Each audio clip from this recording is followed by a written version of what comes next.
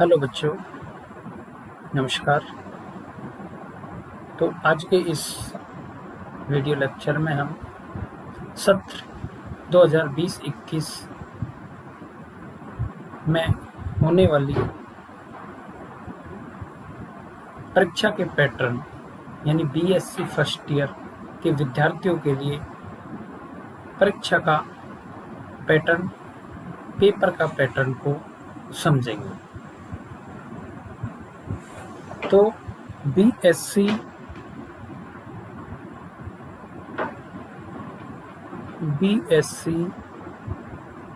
वाले विद्यार्थियों के लिए यह वीडियो है।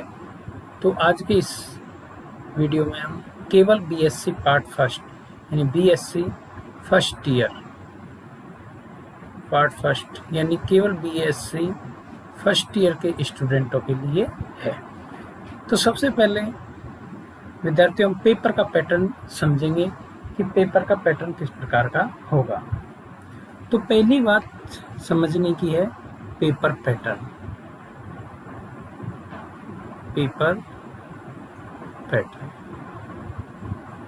विद्यार्थियों, पेपर का जो पैटर्न है बीएससी का, उसमें आपको पता होगा कि 3 पेपर होंगे। कितने पेपर होंगे? 3 पेपर। इसमें कितने पेपर हैं विद्यार्थियों? 3 पेपर। अब 3 पेपर वो किस प्रकार बटे हुए हैं? तो आपको पता होगा कि 3 पेपरों में पहला पेपर है वो 33 मार्क्स का है,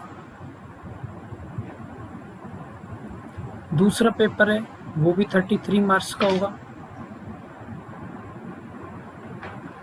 और जो तीसरा पेपर है वो 34 मार्क्स का होगा। यानी टोटल जो हमारा थियरी का पेपर होंगे वो कितने होंगे? 100 मार्क्स। टोटल कितने होंगे? 100 मार्क्स। तो 3 पेपर इस प्रकार आपके लगेंगे। पहला पेपर 33, दूसरा पेपर भी 33 और तीसरा पेपर है वो 34 मार्क्स होगा। तो टोटल कितने होंगे? 100 मार्क्स। यानी थियरी कितनी होगी? 100 मार्क्स। इसके बाद बेटा आपका क्या आता है? प्रैक्टिकल आता है। इसके बाद आपका क्या आता है? प्रैक्टिकल। प्रैक्टिकल होता है वो होता है बेटा आपका कितना? 50 मार्क्स का। कितना होता है? 50 मार्क्स। तो टोटल जो पेपर होता है वो कितना होता है? 150 मार्क्स। टोटल कितना? 150। यानी जो हमारा पेपर पैटर्न है वो 3 पेपर होते हैं। वो 3 पेपर बेटा किस किस के होते हैं? फिजिक्स के भी होते हैं, केमिस्ट्री के भी होते हैं और मैथमेटिक्स के भी होते हैं। लेकिन आज के इस वीडियो लेक्चर में मैं केवल फिजिक्स के पैटर्न की बात करूँगा। हालांकि जो पेपर पैटर्न जो मार्क्स का डिवाइडेशन है 150 मार्क्स का, तो तीनों का 150 मार्क्स में होता है। तीनों का कितने होता है? 150 मार्क्स। लेकिन एग्जाम जो पैटर्न मैं आपको समझाऊंगा वो मैं केवल फिजिक्स का एग्जाम पैटर्न को समझाऊंगा। तो अब आपको पता लग गया कि टोटल कितना होता है? 150 मार्क्स। इसमें बेटा पासिंग मार्क हो जाता है, मिनिमम पासिंग मार्क्स हैं वो कितने हैं? 12 नंबर। राइट, सब में 12 मिनिमम मार्क्स हो जाएंगे। और प्रैक्टिकल में जो मिनिमम मार्क्स होते हैं पास मार्किंग वो कितने होते हैं? 18 मार्क्स। तो ये आपके मिनिमम मार्क्स होने चाहिए। उसके बाद ही आपका पेपर क्लियर माना जाएगा। तो अब मैं दूसरी बात करता हूँ बेटा कि दूसरे नंबर पर आता है। ये तो पेपर पैटर्न के बाद में समझ लिया। अब मैं दूसरे नंबर पे बात समझता हूँ एग्जाम पैटर्न। यानी एग्जाम पैटर्न किस प्रकार का होता है।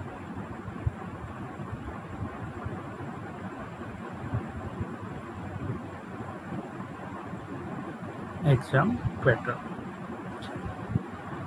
पैटर्न को बेटा हम समझें कि एग्जाम पैटर्न को समझने से पहले हमें ये देखना है कि हमारा जो एग्जाम का पैटर्न है यानी पेपर हमारा किस प्रकार सेट होता है, पेपर हमारा किस प्रकार बनता है, कितने हमारे सिलेबस में यूनिट्स हैं, कितने यूनिट हैं, उन यूनिटों में किस प्रकार हमारा पेपर बनता है। तो आपको पता होगा कि एग्जाम पैटर्न में जो आपका क्वेश्चन नंबर 1 आता है बेटा, क्वेश्चन नंबर 1 जो आता है वो कैसा होता है बेटा? कंपल्सरी होता है।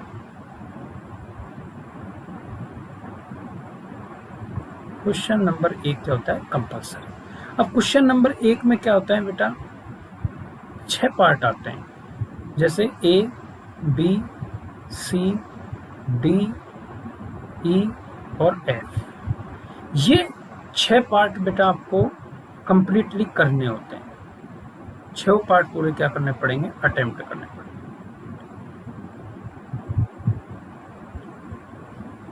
और ये 6 पार्ट पूरी बुक जो आपकी बनी हुई है बीएससी पार्ट्स की, जैसे मैं बीएससी पार्ट्स की जो भी बुक बनी हुई है उसमें से, पूरी बुक में से ये 6 पार्ट्स बन सकते हैं कहीं से भी।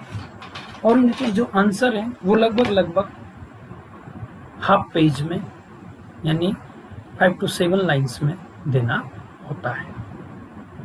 तो ये पहला क्वेश्चन है वो कंपल्सरी होता है। और ये जो बेटा ये पहला क्वेश्चन है ये लगभग यानी आपके कितने मार्क्स का होता है, 9 मार्क्स का होता है। कितने का, 9 मार्क्स। यानी एक क्वेश्चन लगभग कितने को हो गए बेटा, 1.5। यानी A part, B part, C part सभी कितने पार्ट्स के होंगे बेटा, 1.5, 1.5 मार्क्स के आएंगे। और सभी क्वेश्चन अटेम्प्ट करने हमको जरूरी है। तो इसका मतलब क्या होगा, पहला क्वेश्चन कैसा है, कंपल्सरी, ये पूरी बुक में से आएगा। इसके बाद जो क्वेश्चन नंबर 2 आएगा, इसके बाद जो हमारा क्वेश्चन नंबर 2 आएगा वो आएगा यूनिट फर्स्ट से। किससे आएगा, यूनिट फर्स्ट। अब आपको बेटा सिलेबस में देखनी होगी, कोई सा भी पेपर हो, क्लासिकल मैकेनिक्स का हो, इलेक्ट्रोमैग्नेटिज्म का हो, उसमें से जो यूनिट फर्स्ट होगी उसमें से आएगा क्वेश्चन नंबर 2। क्वेश्चन नंबर 2 में बेटा 2 पार्टों में आता है। क्वेश्चन नंबर 2 है वो 2 पार्ट्सों में डिवाइड होता है, एक तो पार्ट ए और एक पार्ट बी। पार्ट ए है बेटा वो कैसा होता है, कंपल्सरी होता है, ये आपको करना ही है। पार्ट ए का जो क्वेश्चन आएगा वो क्या है, कंपल्सरी। पार्ट बी है बेटा, पार्ट बी में भी 2 पार्ट आ जाते हैं। पार्ट जो बी है इसमें भी 2 पार्ट आ जाते हैं, पार्ट ए और पार्ट बी। ये अपने चॉइस के ऊपर है, या तो आप ए को अटेम्प्ट करो या आप बी को अटेम्प्ट करो, यानी आपके लिए बेनिफिट है। ए को अटेम्प्ट कर लिया तो बी को करने की जरूरत नहीं है, बी को अटेम्प्ट कर लिया तो ए को जरूरत नहीं है। यानी ये आपकी चॉइस है कि पार्ट बी में 2 पार्ट आएंगे, यानी अथवा में आएंगे, या तो जैसे एक क्वेश्चन यहाँ आ जाएगा, उसके और लिखा होगा, फिर दूसरा क्वेश्चन यहाँ पर आएगा। इन दोनों में से एक क्वेश्चन आपको अटेम्प्ट करना है। तो इसका मतलब क्या है कि जो हमारी यूनिट फर्स्ट है वो क्वेश्चन नंबर 2 पेपर में दिखेगा, उसमें के 2 है जो 2 पार्टों में डिवाइड होगा, ए और बी। ए पार्ट है वो कंपल्सरी है, बी पार्ट में आपको चॉइस मिलेगी, पार्ट ए या पार्ट बी, दोनों में से एक अटेम्प्ट करना है। मोस्टली क्या होता है बेटा, पार्ट ए और पार्ट बी या तो एक क्वेश्चन होगा जैसे थियरी का, और एक हो सकता है मैथमेटिकल। यानी अगर ए पार्ट थियरी का है तो बी पार्ट मोस्टली चांसेस हैं कि वो मैथमेटिकल का बने, या ए पार्ट यदि मैथमेटिकल का रख दिया तो बी पार्ट के चांस है कि वो थियरी का बने। तो ये आपके लिए क्या होगी, चॉइस होगी। अब बेटा जो हमारा यूनिट नंबर जो सेकंड है, यूनिट हमारी कैसी है, सेकंड, उसमें क्या आएगा बेटा मेरा क्वेश्चन नंबर 3। उसमें क्या आएगा मेरा क्वेश्चन नंबर 3। कौन सा आएगा बेटा, क्वेश्चन नंबर 3, जो आपको कोई चॉइस नहीं मिलेगी, आपको करना ही होगा। इसी प्रकार यूनिट नंबर आपका 3 आएगी, जिसमें आपको क्वेश्चन नंबर क्या मिलेगा, 4, वो आपको करना होगा। क्वेश्चन नंबर 4 वो आपको करना होगा। इसी प्रकार यूनिट नंबर 4 है, उसमें आपको करना है question number 5। Question number 5, no choice, यहाँ पर आपको कोई चॉइस नहीं मिल रहा। तो इस प्रकार हमने देखा कि हमारा जो एग्जाम पैटर्न है उसमें क्या था। हमने देखा, देखो बेटा, कि एग्जाम पैटर्न में क्वेश्चन नंबर 1 कंपलसरी है जिसमें 6 पार्ट रहेंगे, 6 पार्ट ABCDEF के रूप में पूरे अटेम्प्ट करने हैं। एक पार्ट 1.5 नंबर का होगा, टोटल कितने का होगा, 9 मार्क्स का। इसी प्रकार यूनिट फर्स्ट है, उसमें क्वेश्चन नंबर 2 आएगा। क्वेश्चन नंबर 2 में A कंपलसरी है और B पार्ट है जो हमारा A और B में आपको चॉइस है, जो भी आप अटेम्प्ट करना चाहो एक अटेम्प्ट करना है। इसी प्रकार यूनिट आपका थर्ड है, उसमें का क्वेश्चन नंबर, यूनिट सेकंड है उसमें क्वेश्चन नंबर 3 बनेगा, यूनिट थर्ड है उसमें का नंबर क्वेश्चन नंबर 4 बनेगा, यूनिट 4 है उसमें क्वेश्चन नंबर 5 बनेगा। अब मैं बेटा एक एग्जाम्पल के लिए मैं आपको एक बुक का समझा देता हूँ कि सिलेबस किस प्रकार डिवाइडेड होता है। तो सबसे पहले मैं एक बुक आपकी क्लासिकल मैकेनिक्स में ले रहा हूँ।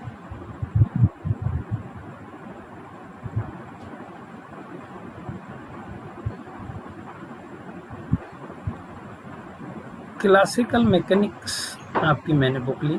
इस क्लासिकल मैकेनिक्स की जो बुक आप बेटा आपको पढ़नी है सिलेबस के अकॉर्डिंग, वो राइटर रहेगा बेटा आपके यहाँ पर जो भी है, जिसकी CBH की बुक यूज करनी है, इसकी CBH यानी college book house.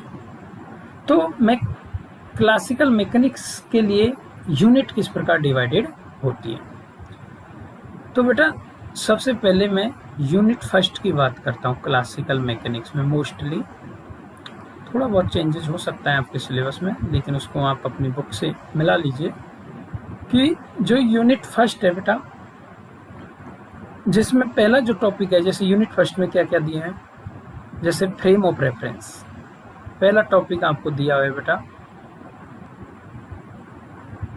Frame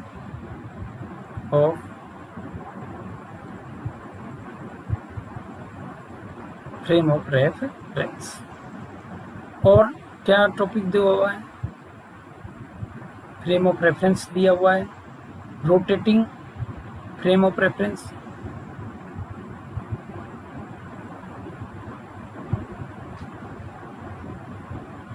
rotating frame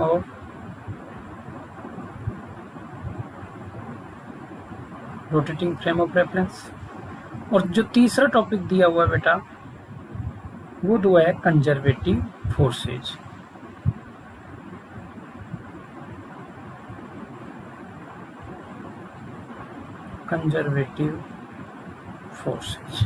तो इस प्रकार ये 3 टॉपिक आपको दिए हुए, इन 3 टॉपिकों से मिलकर पहली यूनिट बनी हुई है। अब पहली यूनिट का मतलब है बेटा कि ये वाला क्वेश्चन, पहली यूनिट का मतलब है ये वाला क्वेश्चन, यानी A कंपलसरी और B पार्ट में आपको चॉइस मिलेगी। यानी इसका मतलब ये हुआ कि इन टॉपिकों में के हमें 2 क्वेश्चन A और B पार्ट अटेम्प्ट करना है और एक अथवा में रहेगा, ये अपन को इस टॉपिकों में से क्वेश्चन मिलेगा। ये I think chapter number frame of reference है, ये चैप्टर नंबर फर्स्ट है, ये चैप्टर नंबर सेकंड या थर्ड है, और ये चैप्टर नंबर 4 आपकी बुक के हिसाब से। अब जो मेरा बेटा दूसरा है यूनिट सेकंड नंबर 2 पे जो दी हुई है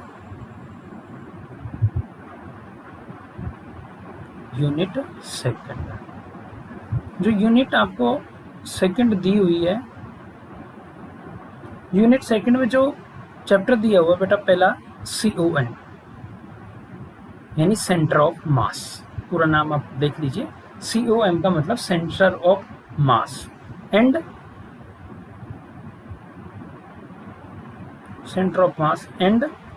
large law of conservation of momentum and law of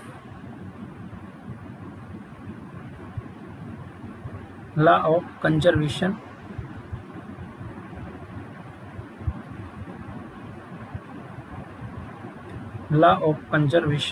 of momentum.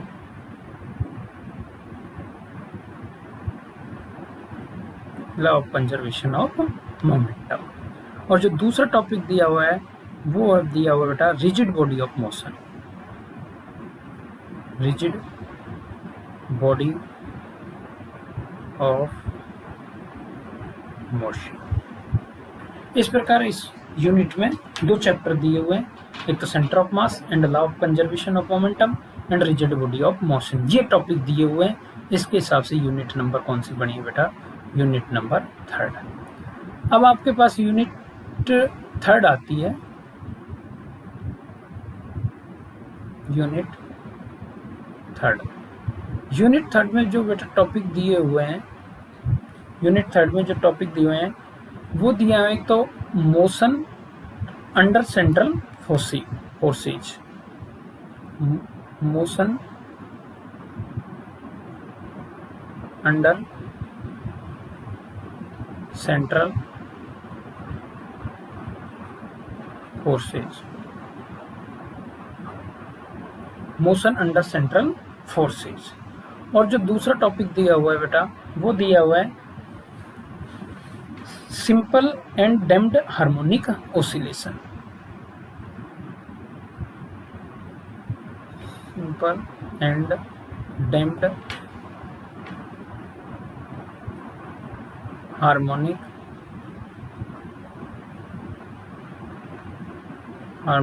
Oscillation. ये आपको इस टॉपिक में दिए हुए हैं यूनिट नंबर। और जो लास्ट यूनिट है बेटा वो आपकी है यूनिट नंबर 4। लास्ट यूनिट है वो कैसे है? Unit number 4। इसमें भी बेटा ये टॉपिक दिया है ड्राइवन हार्मोनिक ऑसिलेशन,